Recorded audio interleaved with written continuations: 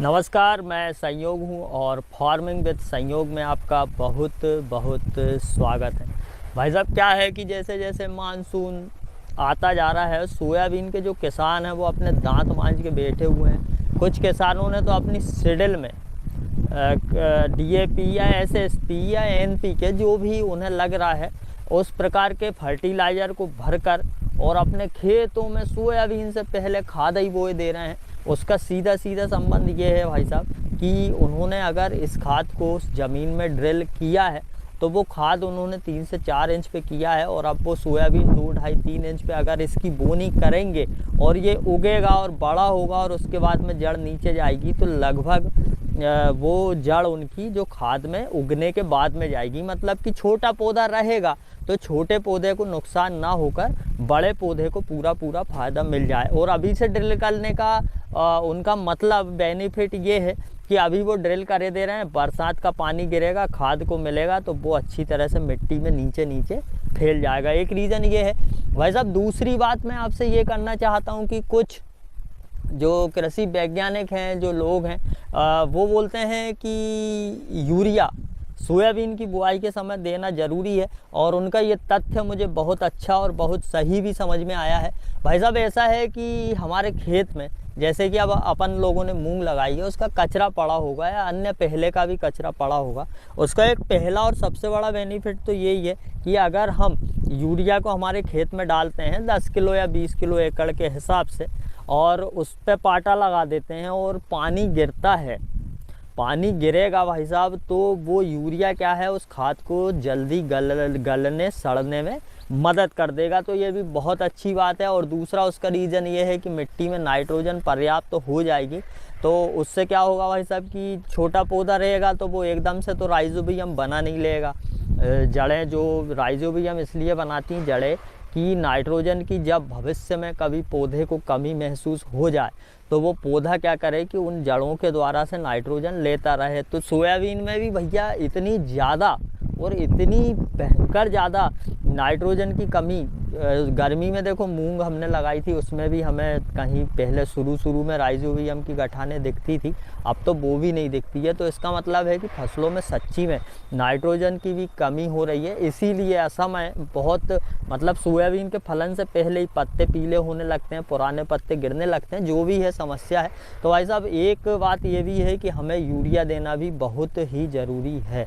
अब बात ये आती है भाई साहब, पिछले साल भी एक वीडियो मैंने बनाया था जिसमें मैंने कहा था उस वीडियो में कि 2 प्रकार के सोयाबीन आते हैं, एक लंबे बढ़ने वाले आते हैं, एक कल्ले करने वाले आते हैं। लंबे बढ़ने वाले में यूरिया ना दें, या जो भी बोला था मैं भूल गया हूँ, उस वीडियो की लिंक डिस्क्रिप्शन में दे दूंगा भाई साहब, आप देख लेना।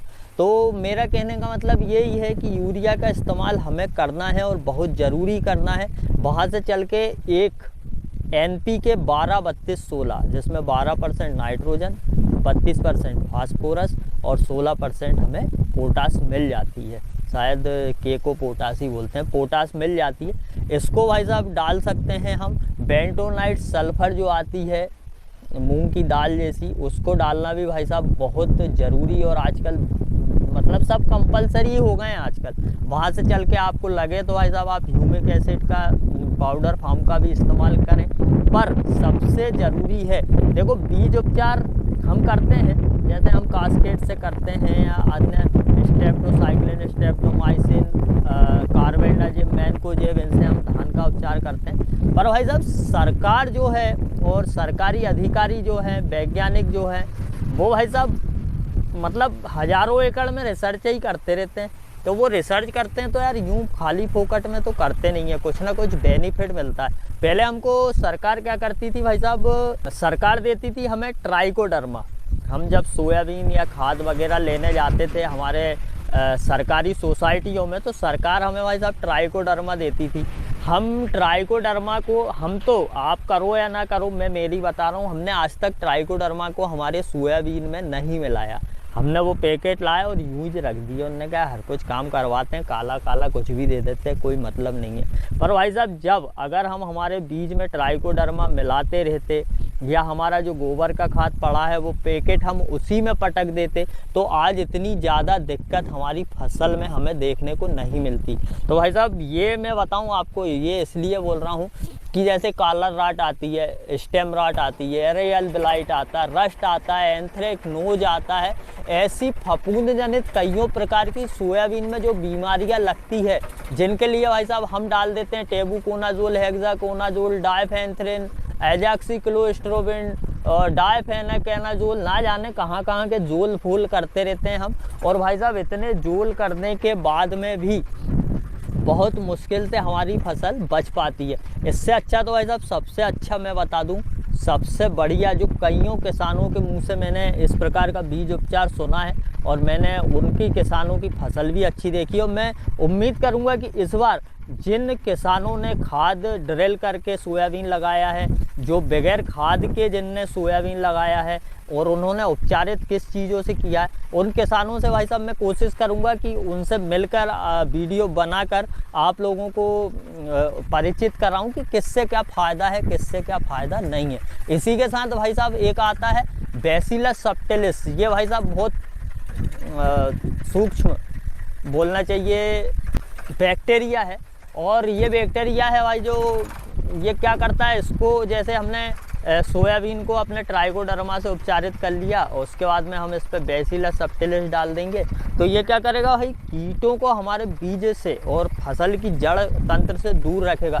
इसके अलावा भी बैसिलस सबटिलिस के कईयों सारे फायदे हैं। चीज़ तो भाई साहब ह्यूमिक एसिड आपको इस्तेमाल करना ही है, माइकोराजा का भी आपको इस्तेमाल करना ही है। माइकोराजा मैं कंपनी का नाम बताता हूँ, हम लोग माइकोराजा इस्तेमाल करते हैं राले गोल्ड के साथ। हम राले गोल्ड खाद के साथ मिलाकर हमारी गेहूँ, धान वगैरह, ये जो फसल है मूंग वगैरह, इनमें यदा कदा जब मन होता है जब इसका छिड़काव करते रहते हैं। इसका रिस्पांस भी हमें अच्छा लगता है, बढ़िया रिस्पांस है। अगर आप भाई साहब 1 एकड़ के हिसाब से देखें तो आप 1 एकड़ में जो NPK है 12-32-16, इसका भाई साहब आप 50 किलो उपयोग कर सकते हैं और बेंटोनाइट सल्फर 10 किलो ले सकते हैं। साथ ही आप 10-1 किलो यूरिया का छिड़काव पहले से कर दें, बुआई से पहले, तो उससे क्या होगा कि ये जो मिट्टी में पड़ा हुआ कचरा है भाई साहब ये मिट जाएगा।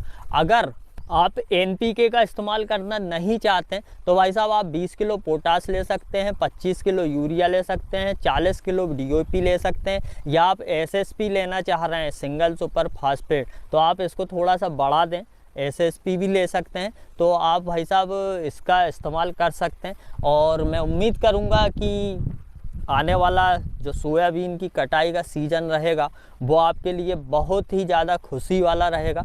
आगे अगर मुझे कोई जानकारी मिलती रहेगी तो मैं आपको वो जानकारियाँ अवश्य बताता रहूँगा। फ़िलहाल मैं अभी के लिए इतना ही टॉपिक था मेरे पास, तो मैं आज्ञा चाहता हूँ। जय राम जी की।